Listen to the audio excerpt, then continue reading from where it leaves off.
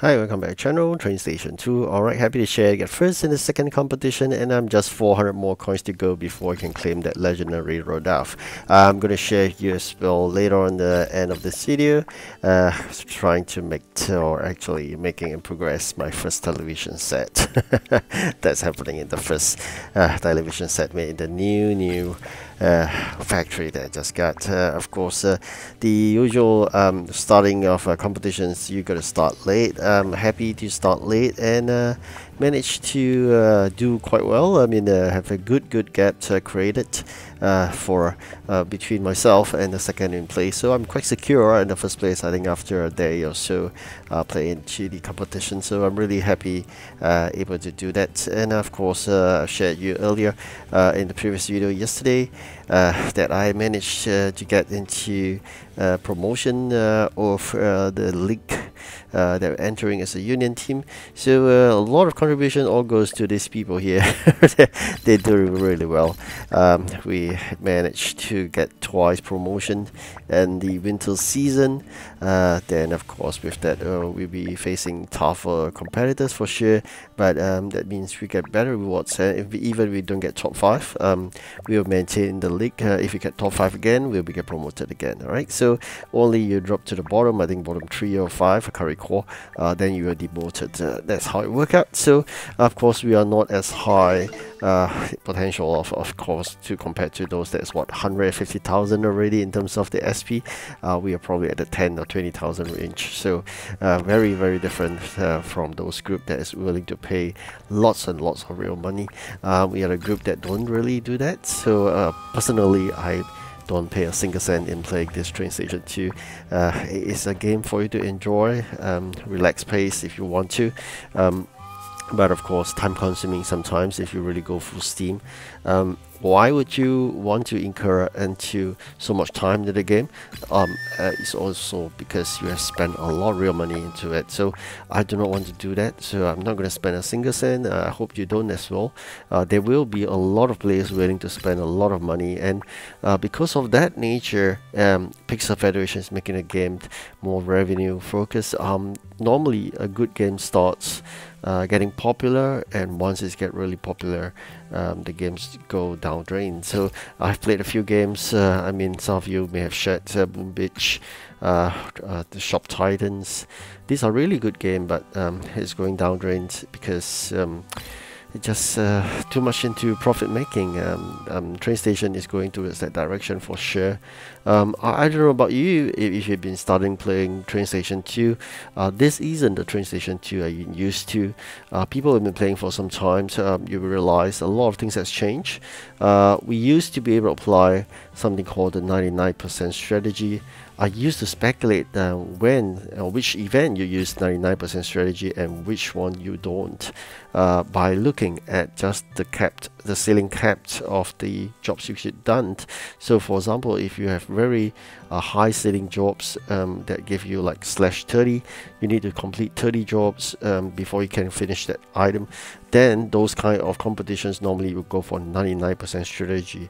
So what does it mean is basically you don't complete 100% of the event maps by putting aside one job that actually allows you to hang yourself at the range of 99%, right? So that's how it works out. Why so?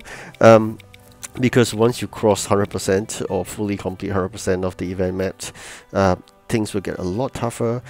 You may experience that as well in the event, like the quantity they ask for to deliver has increased tremendously.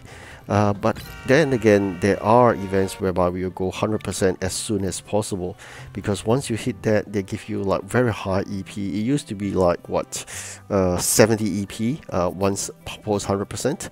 For those that's before 100%, they give you like 30 or 45 or 50. So a lot of people will be fighting to get 100% soon, so you get 70 EP. Alright, so those were the incentive of applying the different strategy into the game. It was much fun, but then everything Pixel Federation plugged the gap. So nowadays, what they do is, as an event as a start, they will ask you to do 2/2 jobs, which means you complete that, then you'll be generating a next set of probably /15, some /10, or /20 jobs. Then once you fulfill that, then the next set will be generated. So that actually forces you to be 100% complete by pushing yourself to complete those. Otherwise, there's no job or new job to be generated. You'll be losing. So because of that, you're being forced to complete 100% by Pixar. You can't do 99, so otherwise you will go downhill in terms of competitions. So that's a different perspective in terms of the plugging the gap of that. Starting late strategy, I will normally start about 10 to 12 hours late, still applies because anxious players are those that put a lot of money and they want to play every single time. These are really tough competitors that we can't compete because we have no gems. Paying real money, you can buy thousands of gems, or you're playing affiliated games that give you thousands of gems for those lucky ones. Unfortunately, for iOS or Apple players, we don't enjoy that, especially in my region. We can't even have any gems by looking at surveys. We don't even have the orders. So it's purely watching one video, one gem kind of approach, or getting gems from the events, rewards or whatnot. So it's not easy to get gems, and you can't fight with people who is actually willing to spend hundreds of dollars just to buy gems to compete, which is silly though, because it's virtual. You're not getting a real train though. So if you want to avoid those, start late is fine. Once you start late, you'll be more or less grouped together with less competitive players, i.e. mostly, hopefully, I guess, free to play, right? Because of that, there'll be a fairer approach. Okay, but of course Pixel Federation doesn't like that. They're trying to plug a lot of gaps. The other two things that Pixel try to control would be parts and coins, because without parts you can't of course do upgrades, and you need to spend real gems or real money to buy gems, to buy parts, and the upgrades. Coins likewise, it used to be unlimited coins packs that people can claim from the event, and people don't claim trains, they just claim coins, and they be multi-millionaire. So but now they try to control that by giving just 10 coin packs per event, which is a lot lesser. And of course the amount of required to upgrade is so high. So these are the things they control. So 99% strategy is gone, unlimited coin packs is gone, parts are extremely high, difficult to get likewise. And of course, the other point they kind to control, and the Pixel Federation to make things difficult, is really trying to make competition tough, because once they put competitions very extremely hard, people will be spending real money to buy gems to try to fight against each other. So like I said, starting late strategy still applies, go for it. Competitions are made harder by the fact that sometimes they put in a lot of the triple restrictions jobs.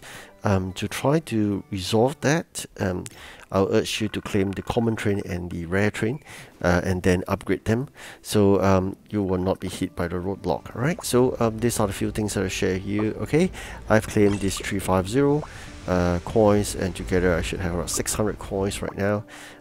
Do go by this order in terms of claiming. Claim the legendaries first using the 1000 coin. Don't spend it on anything else. Likewise for the keys, claim the legendary 4000 keys first before you start claiming the rest of the items. Okay, so generally that's how it will work out. So do remember, these are the few tips I can share, but a lot of hard work, including trying to make the EP head start, is important.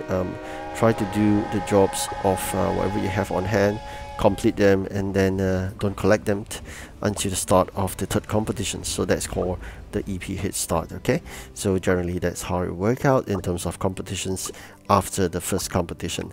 For the first competitions, normally you can't do EP head start. You're just going to do a lot of those items to get ready, and that's how it work out. Alright, so now just going to make my television later on, just to show you the new factory I've gotten myself, and of course at the same time keep on producing event items. Alright, this is my new factory, and making my first set of television.